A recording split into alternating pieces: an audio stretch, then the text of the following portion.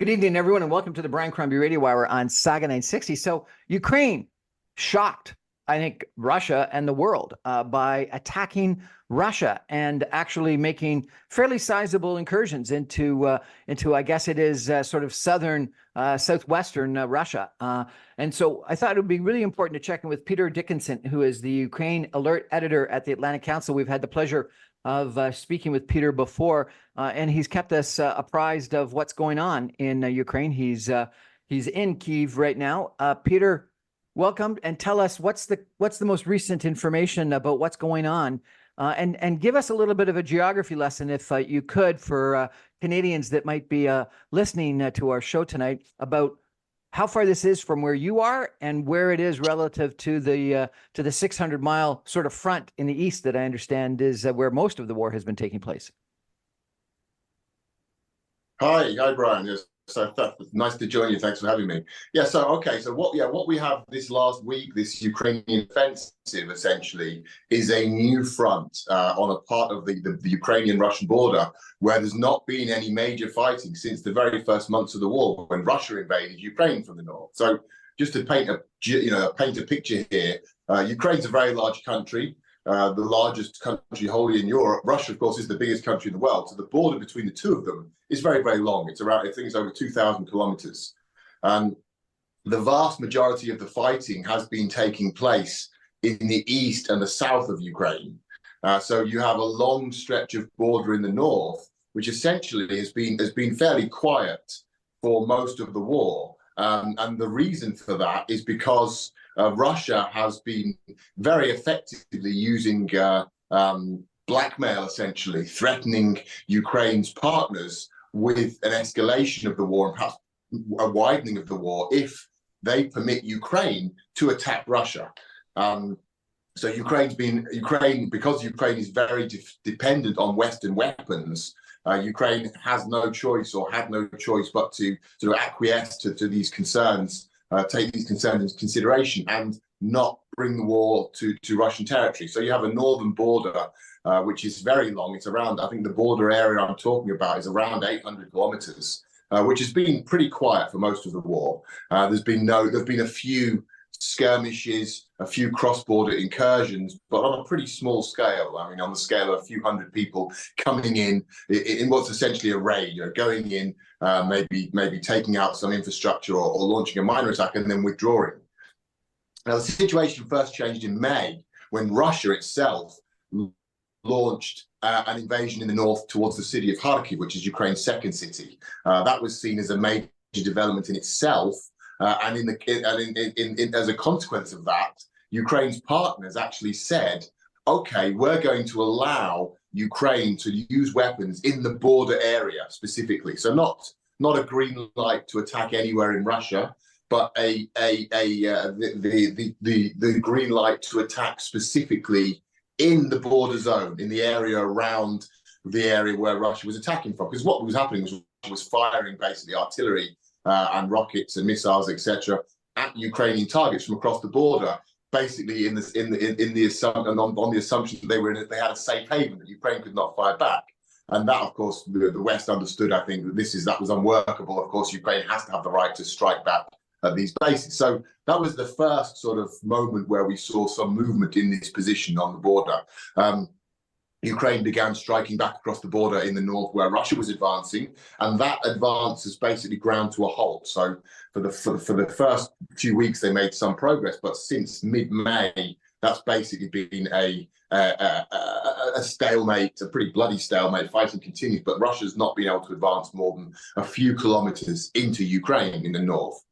Now, what Ukraine has done in this last week, it's not in exactly the same place. It's further round to the north. It's a few hundred kilometers away from Russia's incursion. But Ukraine has launched a significant invasion of Russia using conventional Ukrainian military. A number of units were led to believe thousands of troops, perhaps as many as 10,000 troops, have entered Russia from the north, what is the northeast of Ukraine, so the southwest of Russia, into the Kursk Oblast, the Kursk administrative region, and they managed to advance quite quickly. We're not talking about huge territories here, but they had, by by Saturday evening, according to most reports, they'd managed to advance around 15 to 20 kilometers into Russia along a front that is approximately maybe 20 to 30 kilometers wide. So they've carved out a little niche of a few hundred square kilometers inside Russia, which is totally unprecedented.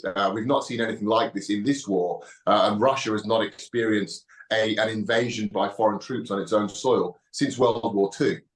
So it's a really big departure for the war, and it's being seen in Ukraine as a potential game changer, because all of a sudden now Ukraine has retaken the initiative, and they're able to demonstrate that Russia actually does not have a great reserve of defenses inside Russia itself. It's quite wide open, and Russia's really struggling to respond to that. So at the moment, it's very early days, but it has been a big initial success for Ukraine. They've shocked the Russians, they've exposed the Russians, and they've signaled to the wider international community that this war is far from over, and Ukraine has a lot of offensive capabilities still in its hands.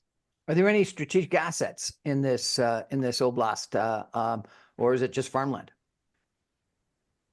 Oh no, there are energy assets, there are pipeline assets which Ukraine has reportedly already seized, a major junction for Russia's gas exports to Europe, which obviously are a huge part of their economy.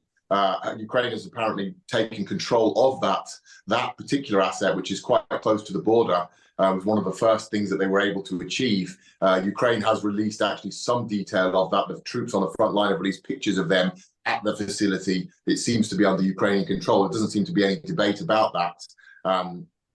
So that's significant in itself. That's connected to Russia's gas trade and exports to the European Union. Now, the big asset, of course, is the Kursk atomic energy plant. Now, that still located some 40 to 50 kilometers away from where the front lines now lie, we believe. Many people have speculated that Ukraine's goal is to go all the way to this plant and take control of that power plant, because Russia, of course, has taken control of Ukraine's biggest atomic energy plant in the south of Ukraine, in Zaporizhia. So the scenario here would be perhaps for Ukraine to seize that plant and then, of course, sit down and say, okay, let's do a swap. You give us back our plant, we give you back your plant. That could be potentially one of the options that this gambit is all about. That's pure speculation, but that's certainly been one of the things a lot of people have been talking about. It's the most obvious asset in that region, in the immediate vicinity of where the Ukrainian invasion is taking place. And the Russians seem to be taking that seriously. There are reports of them having partially evacuated the site of the atomic plant, having rushed in reinforcements to military defenses there, and apparently digging defensive positions and trenches around the plant. So clearly the Russians think that could be Ukraine's goal. This is an area that I understand, at least I've read some reports, was formerly Ukrainian?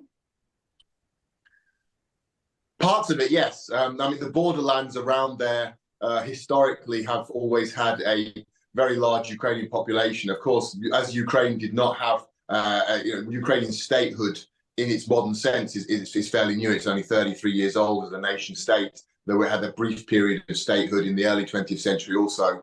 And going back hundreds of years, there were other attempts to create a Ukrainian nation. But of course, there are a lot of grey areas there. What we can say is that in the Tsarist era census, the population that Ukraine is, the areas that Ukraine is currently invading, had Ukrainian-speaking majority populations. They were Ukrainian. They saw themselves as Ukrainians. We can assume they spoke Ukrainian. They were listed as Ukrainian speakers in the Tsarists in the Russian Empire's own census data. So yes, these areas have a very strong historic link to Ukraine and have historically been part of. Ukrainians have seen it as part of their homeland. That's the case for the areas they're invading now, and for a lot of the borderlands across the north and also to the east. Ukraine's historic homelands, as they see it, the borders are far wider, or their territorial claims do extend deep into Russia. But I would caution against suggesting Ukraine has long-term plans to sort of annex or take this land at this stage. I think that's probably a leap too far. But certainly they do have links to this part of Russia, very strong historic links. Give us a sense, if you could, of what the terrain is like and what separates Russia from Ukraine? Is there a river? Is there mountains? Or is it just farmland with a line going across it? Yeah, well, the border is pretty porous. Yeah, there's no major geographical barriers there. There are. It seems in this case the border was pretty much wide open. The Russians now are having quite a reckoning about why it was so easy for Ukraine to penetrate the border. They're all now speculating of why it was left so wide open, and I think it's been a shock for the Russians. Not only the fact that Ukraine did this, but the fact that it seems to have been so relatively easy for them to do this, for them to just basically march in. So there are now questions being asked about that. But historically speaking, I mean, going back certainly to the Soviet times and also to the early decades of the post-Soviet era, the era of independent Ukraine and the Russian Federation, the border there was quite wide open. People would come and go a lot. People would literally move between villages often and not paying much attention to that border, the border divisions. That changed after 2014 when the Russian invasion of Ukraine began with the seizure of Crimea and the Russian invasion of eastern Ukraine. But even so, the border was far more relaxed than a lot of international borders. It was there, of course. It was there were border crossings, there were border points, there were checkpoints, but it wasn't a heavily fortified border for sure. And I think now that's become quite clear now that's a big issue. So what they tend to do, both sides, is they really are very reliant on intel, on monitoring. So the question now a lot of the Russians are asking is, how is it that Ukraine was able to concentrate so many troops in this area and such a large amount of artillery, of armor, of tanks, etc., without the Russians picking up on chatter, picking up on the physical concentration of soldiers, or picking up on, planning, because this has been going on. This is clearly not an operation that was thrown together in a matter of days or weeks. This has been planned for some time. And for the Russians, it's a military failure. It's also a very significant intelligence failure. Peter, is this just a little, skirmish and newsworthy for a week or so, or do you think this is a major development? Well, it is early to say. I would say it's a major development. It's the first time we've seen this in the whole war. For a long time, it was seen as a taboo that Ukraine, a line that Ukraine would not cross. They have now crossed that line. And what we've seen from Russia in the almost week since this began is actually a very, very confused, weak response. Now, Russia has always maintained that this is a major red line for them. Russia tries to impose red lines as a way of restricting Western support for Ukraine. So at the very beginning of the war, we had the idea of a red line of any Western aid to Ukraine. Putin was very clear when the invasion began. He said, if you try to interfere and support Ukraine, you will have consequences beyond your wildest nightmares, as it were, i.e. there will be a nuclear consequence. He's used the nuclear saber rattling consistently throughout the war.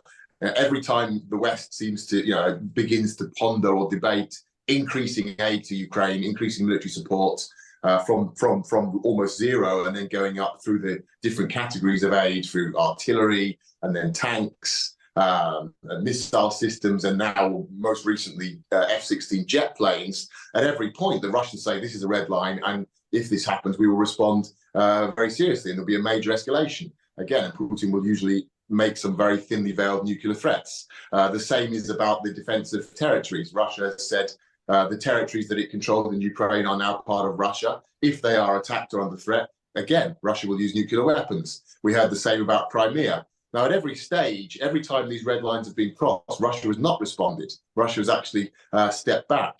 We've seen that again and again, and we're seeing it now with what is that. This is actually what we're talking about now, is the reddest of all red lines. There's no redder line than Ukraine invading Russia and using Western weapons in Russia. So this is the ultimate test of the credibility of Russia's red lines. And so far, Russia's failed that test. It actually makes a mockery of Russia's red lines and also asks some very serious questions about the West's fear of escalation. Because instead of escalating, what we see is panic from the Russians. Putin does not want to acknowledge what's going on. He doesn't want to talk about an invasion. He's using very euphemistic language. He's talking about a provocation. They've declared an anti-terrorist operation. Clearly, this is a war. Clearly, this is an invasion. This is a large-scale invasion. They don't want to recognize that. They've given, according to reports in the independent Russian media, they've given instructions to the Kremlin-controlled Russian mainstream media to downplay this. So rather than escalate, what we're seeing from the Russians actually is an attempt to go into kind of denial and to downplay it and to try and sort of hush up this very embarrassing situation. So it calls into question a lot of the fundamentals about the war. The idea that Russia always has the escalation advantage and can escalate against Ukraine and against the West, and B, that Russia has the reserves to do so. So I think it may not change the war overnight in itself in terms of the amount of land Ukraine can take, but it's changed the perceptions of the conflict very significantly. I think that's not necessarily been fully appreciated yet, but we're going to see a greater appreciation of that in the weeks to come, I would anticipate. And that's going to have a big impact, I would hope, on Western attitudes towards the war, on Western attitudes towards how they support Ukraine, and it will also impact a lot on Russian public perceptions of the war. Let's turn to the political ramifications of this after a break. We're going to take a quick 2-minute break for some messages and be back talking to Peter Dickinson, the Ukraine Alert Editor at Atlantic Council, in just 2 minutes, coming to us from Kiev, talking about this Ukrainian invasion into southwestern Russia. Stay with us, everyone. Back in 2 minutes. Okay. Welcome back, everyone, to the Brian Crombie Radio Hour on Saga 960. Real honor to be connecting in today with Peter Dickinson, who is the Ukraine Alert Editor at the Atlantic Council. He's in Kiev, Ukraine. We've had the honor of chatting with him a few times before. You know, it really amazes me, completely separate from the topic of discussion, that in today's world, I can, via the internet, chat with someone in the middle of a war zone. Well, I guess Kiev's not quite in the middle of a war zone, but almost in a war zone, and certainly close to what's going on. And Peter there a couple times to report to us and to lots of other people about what's going on, and that he continues his life in Kiev. It's mind-boggling when you compare it to wars in the past. Peter, let's talk about the politics of this situation for a second, if we could. What's the response in Ukraine to this Ukrainian invasion of Russia? Well, here in Ukraine, I would say the response has been very, very enthusiastic. There's been a sense of I think, pretty unbridled excitement, of satisfaction to see Ukraine back on the front foot.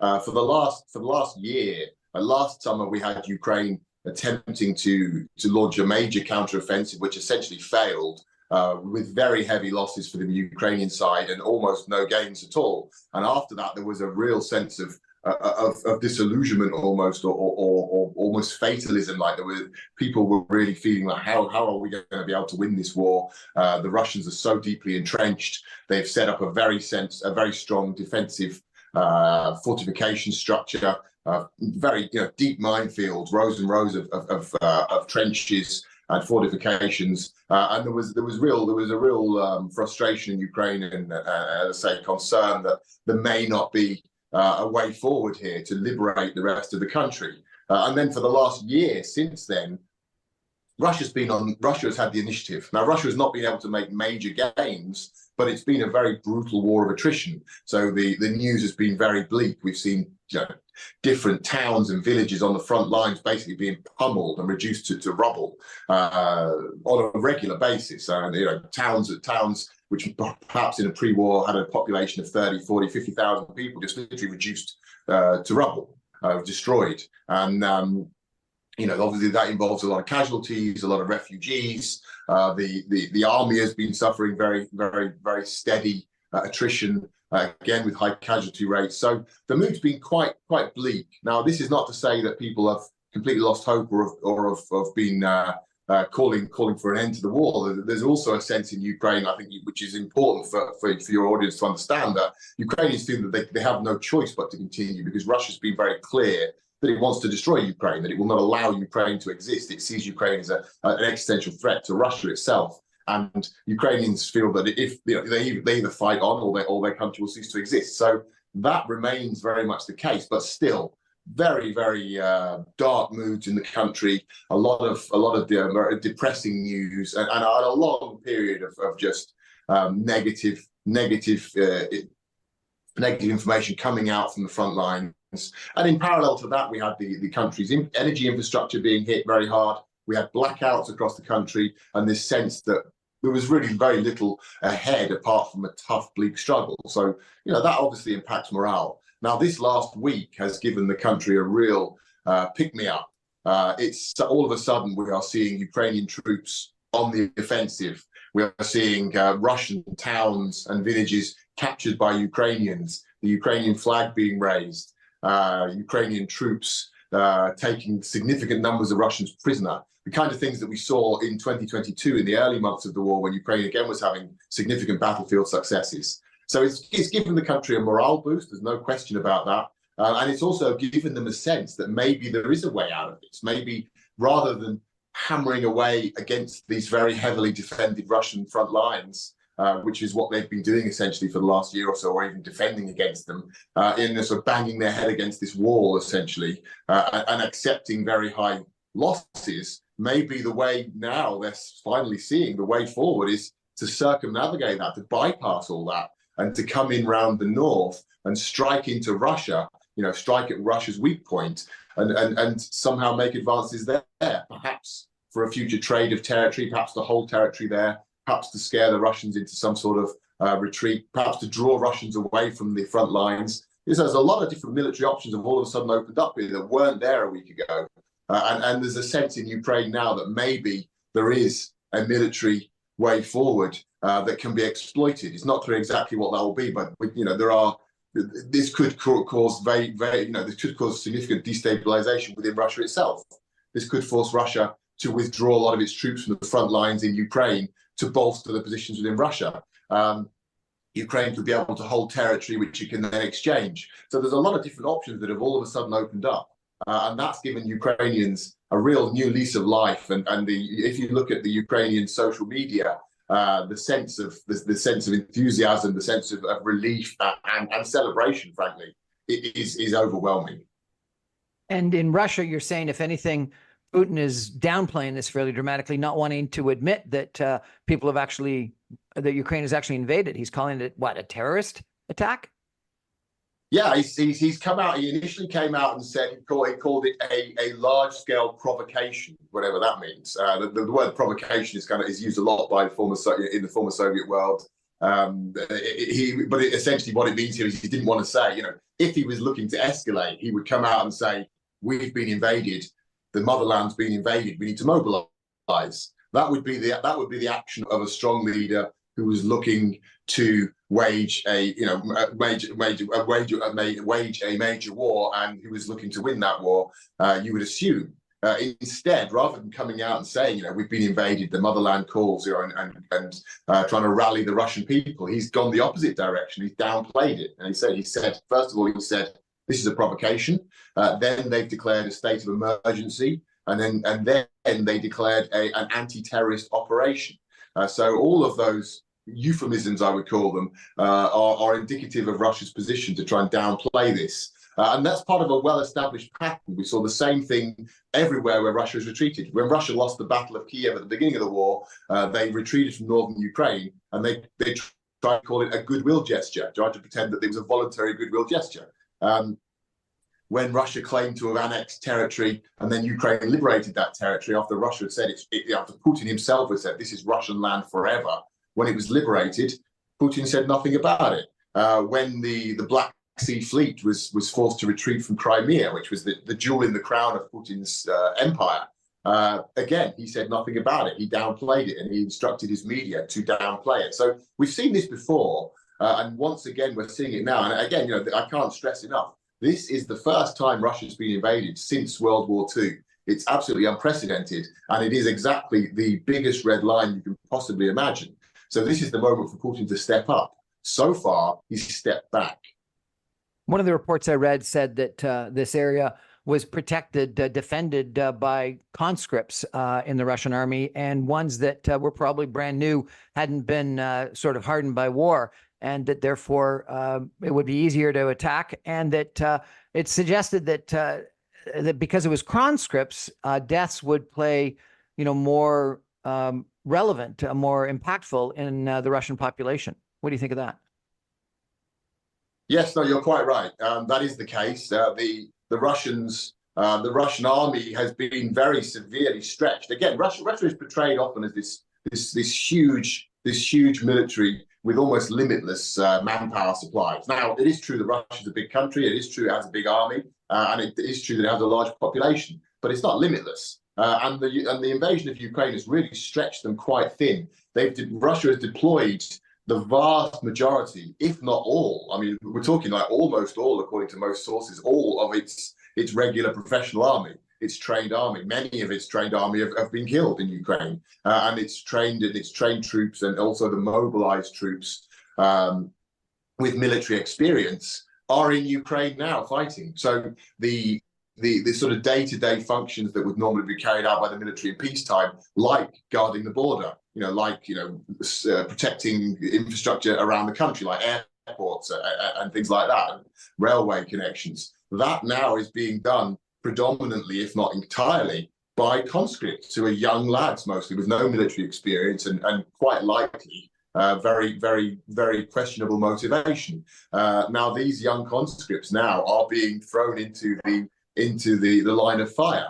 They weren't expecting to be in the line of fire. They weren't expecting to be in conflict. And part of the deal with Russia, you mentioned what impact heavy losses amongst conscripts could have. Now, that's a big factor because conscript soldiers are not supposed to be in conflict zones. They're not supposed to be used in conflicts, according to Russia's constitution and according to Russia's unspoken agreement also with Putin's agreement, the Kremlin's agreement with the Russian people. So if these young conscripts now are finding themselves being killed in significant numbers and also taken prisoner in significant numbers, that will resonate through Russian society much more than a lot of the losses in Ukraine, which have been taking place amongst professional soldiers and also amongst prisoners who've been given amnesties to go and fight and sort of marginal figures in Russian society. These are young lads who are serving in the army. They're not supposed to be in combat zones, and now all of a sudden they are at the very in the very heart of the battlefield. So that's going to have major consequences. If Russia is going to bring in forces from Kharkiv or from the east, it's a long way, is it not? Yeah, the distances are substantial, especially when we're talking about bringing armor in, which of course you can't do if you want to bring tanks in an armor. You don't want to drive them over long distances. You want to mount them onto trains and then bring them via rail and then dismount them and then deploy them. So it's not a simple task. It would take days, certainly. I mean, in some cases, if they wish to bring large amounts of armor and armored units from the south of Ukraine, it could be a matter of weeks before they were able to reach the front lines in Russia. It can be done. I mean, Russia does have good rail logistics, although there are questions about what condition they're in now after 2.5 years of war and Western sanctions also preventing them from receiving a lot of the repairs and the spare parts that they need on a day-to-day basis. But they can do it. But yes, certainly it's not an overnight process. I heard reports that Belarus was complaining about drones from Ukraine, but this is a long way from Belarus. Is there any risk that Belarus could get involved?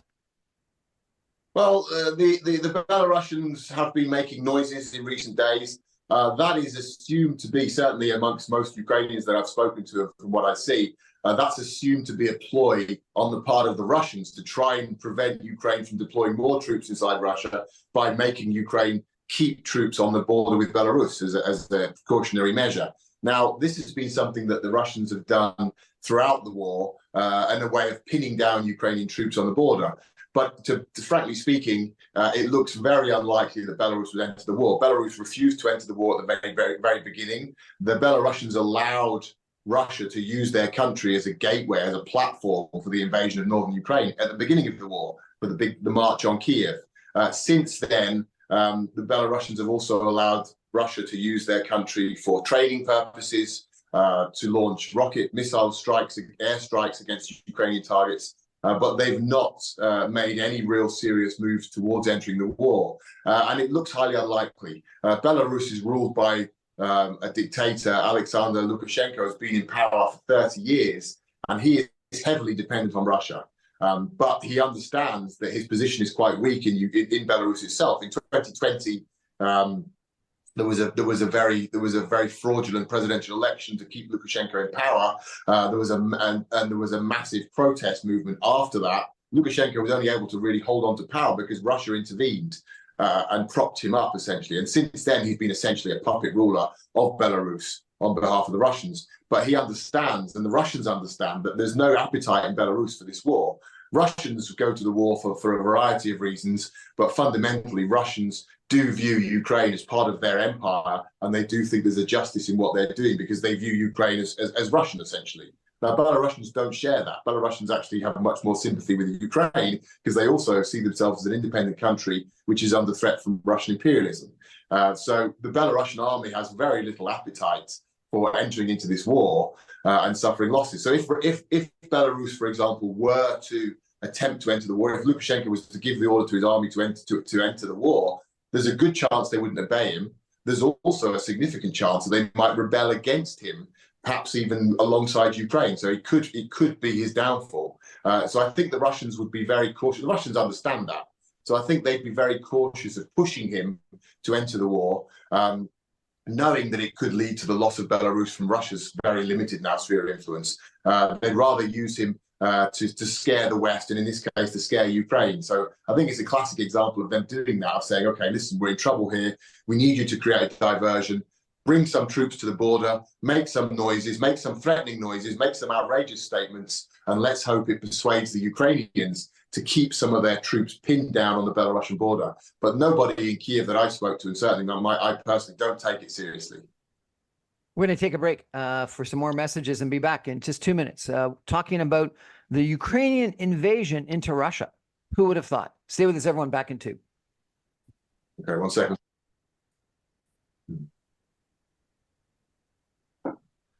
Welcome back, everyone, to the Brian Crombie Radio Hour on Saga 960. My guest tonight is Peter Dickinson. He is the Ukraine Alert Editor at the Atlantic Council. He's in Kiev, Ukraine, and we're talking about, this, I was surprised, I think most people were surprised, Ukrainian invasion into Russia. Peter, let me ask you, over the course of the last, several months, almost a year, frankly, the media attention in the West has been taken over by what's going on in the Middle East with the invasion from Gaza by Hamas into Israel and the response, Iran, issues on Lebanon, and then, frankly, some domestic issues in the United States with the war. And attention is less on what's going on with the Russian invasion of Ukraine. Is that helpful or harmful to the Ukrainian situation? I would say it's harmful. I think it's been something that's been very concerning for the Ukrainians. Ukraine is, to a significant degree dependent on Western military aid. They need to maintain very, very, very high levels of Western military aid. In fact, frankly, they want to receive a lot more military aid, and part of that is to maintain public support so that the democratic leaders in the West feel that they have a mandate to do that. As Ukraine drops off the radar, what you see is, in fact, those who are commenting on Ukraine talking about the war as if it's actually futile, as if it's not going anywhere, as if it's pointless to continue with this sense of it's either being a stalemate or a slow but steady Russian victory. And so therefore the West would be better actually to pressure Ukraine into making concessions in order to end this somehow. Ukraine needs the West to recognize this is a very major, the biggest conflict of the 21st century, essentially. That's certainly how Ukrainians see it, and that's how they seek to position it with their Western partners. And that's crucial in terms of the level of engagement and support they get from the West. The West has to understand how important this is. And when it drops off the radar, that's a major alarm bell that people in Ukraine take very seriously. They monitor that, they're very much aware of it, and they often comment on that, in the sense that they're alarmed by it. Tell me, what is life like for you in Kiev, and how far are you from what's going on? Well, life in Kiev is fairly normal, with some specific exceptions. I've just come back from going to the supermarket. It's my wedding anniversary today, so I went. Oh, congratulations! Thank you very much. Yes, I went to buy some flowers for my wife and some food and drink for tonight, to have a little party at home with our family, our extended family. And the shops are fully stocked. With one, Ukraine is the garden of Europe, so it's incredibly well stocked with wonderful fresh produce and foods. I find that the Ukrainian supermarkets, even now in time of war, are more well stocked than very many supermarkets, certainly in Europe. Kiev in general is very busy, it's very lively. The one thing that you would notice if you visit probably would be, one of the things you notice we have the regular air raids or alarms. So some people take shelter, some people just continue their daily life. There's a curfew at night, so by midnight everybody has to be at home or wherever they are inside until 5 a.m. If you're out after that, you could be stopped. You probably wouldn't be arrested, but you'd certainly have to explain why you're out after curfew, and you may be taken you may be detained for that. So that's another factor that marks this out from everyday life pre-war. You'd see a lot of military people around. There's people in uniforms everywhere. You'll see a lot of people who are amputees who've suffered due to the war, both civilians and military. And then at nighttime, most of the big air raids tend to be at night. So like last night, for example, yesterday evening, we went out for a family dinner with friends, but we got back late, and then around midnight there was an air raid. The Russians launched drones and ballistic missiles, so we had to wake up and come downstairs to the sort of makeshift bomb shelter we have in our house. A lot of people living in apartments then have to move into the bathrooms of their apartments because they want to be 2 or 3 walls away from the outside of the building in case there is a hit. Now, it's actually very unusual for anywhere in Kiev to be hit directly, but it does happen, so people don't want to take chances. So the war is all around us. There's no getting away from it. But most of the time, you're just living your life as pretty much as you would pre-war. That's in Kiev. Of course, in other cities that are close to the front lines, the situation is much more dramatic, let's say, much more disrupted. And people somewhere in Kharkiv, for example, which is the second city of Ukraine, which is only I think 20, 30 kilometers from the front lines now, you would find much more risk of bombardment, for example. Elsewhere in Ukraine, in the west of the country, where they're even further away than we are here in Kiev, life is even more calm. And you would have far less impact from the war. So it varies, and again, I would stress Ukraine is a very big country. The people are extremely resilient. They understand, this is not a feel-good time for anybody in Ukraine. It's a very traumatic time for everybody, extremely stressful. But having said that, life goes on, and people are determined to keep living their lives. Business continues. The daily life of the cities and the country continues as normal as possible. And I think it probably looks a lot more dramatic in terms of the impact on daily life from a distance than it does if you live here. What's happening in the south, Crimea and this big bridge we've heard about, and the Black Sea Fleet? What's the current status of all those issues? Well, Crimea, of course, this war began in Crimea in 2014 when Russia seized Crimea and they swept in. Ukraine had a revolution, and in the chaos after the revolution, Russia swept in and claimed Crimea in a very, in a sort of stunning moment, a sort of milestone, turning point, watershed moment for modern world history. And that's remained like the jewel in the crown of Putin's new Russian empire. Crimea is his pride and joy, is his great achievement. And it's been the basis for then the subsequent further invasion of mainland Ukraine.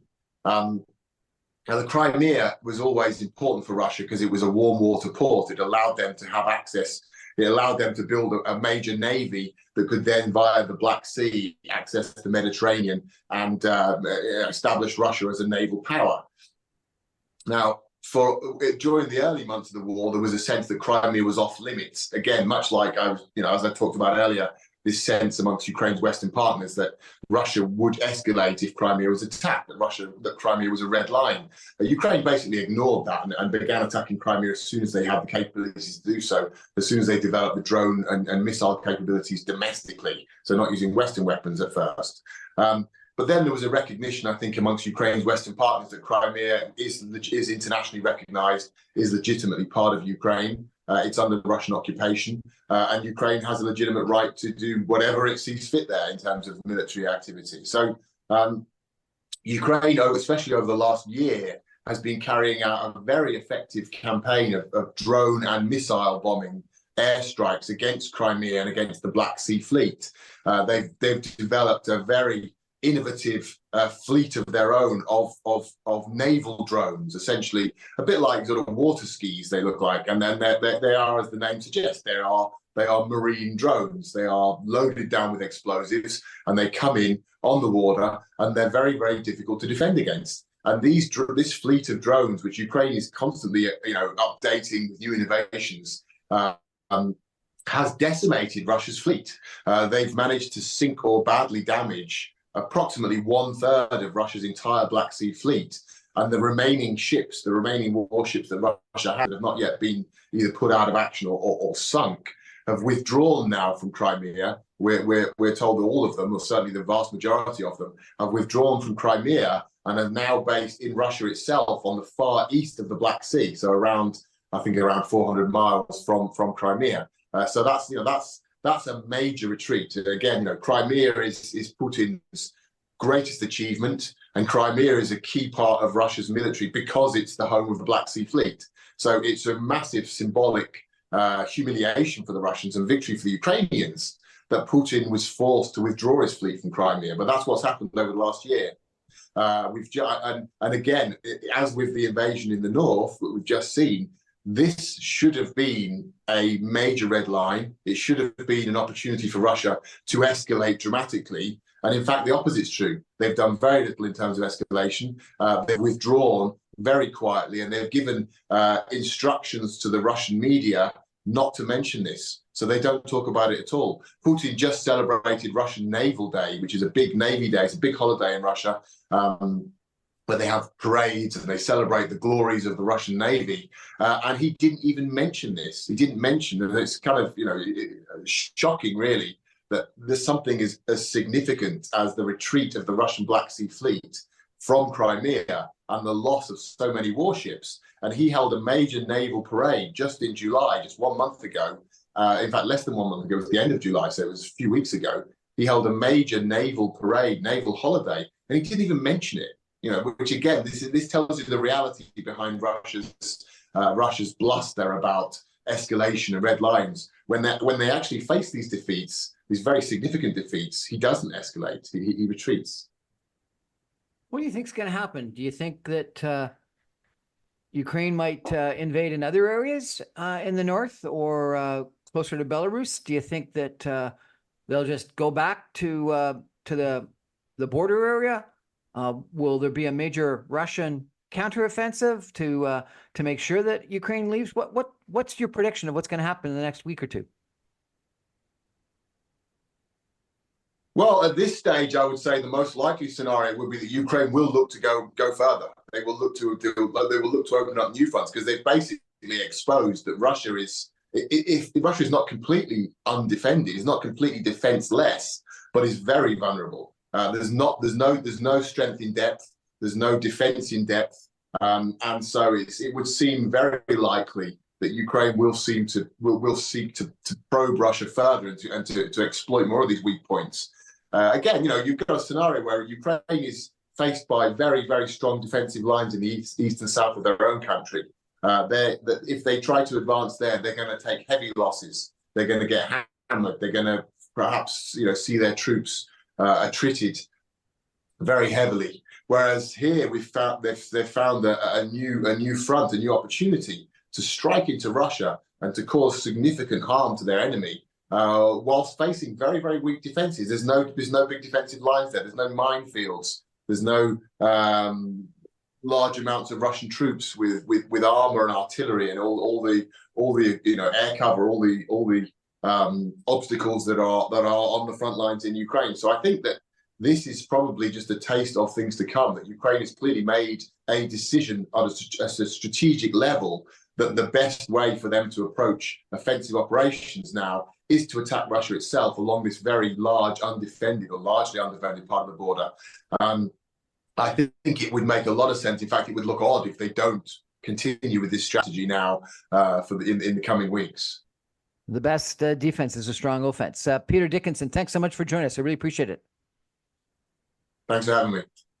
Let's keep in touch, keep safe, and let us know if there's any new developments. We're going to take a final break and come back with some concluding comments in just 2 minutes. Stay with us, everybody. Thank you, Peter.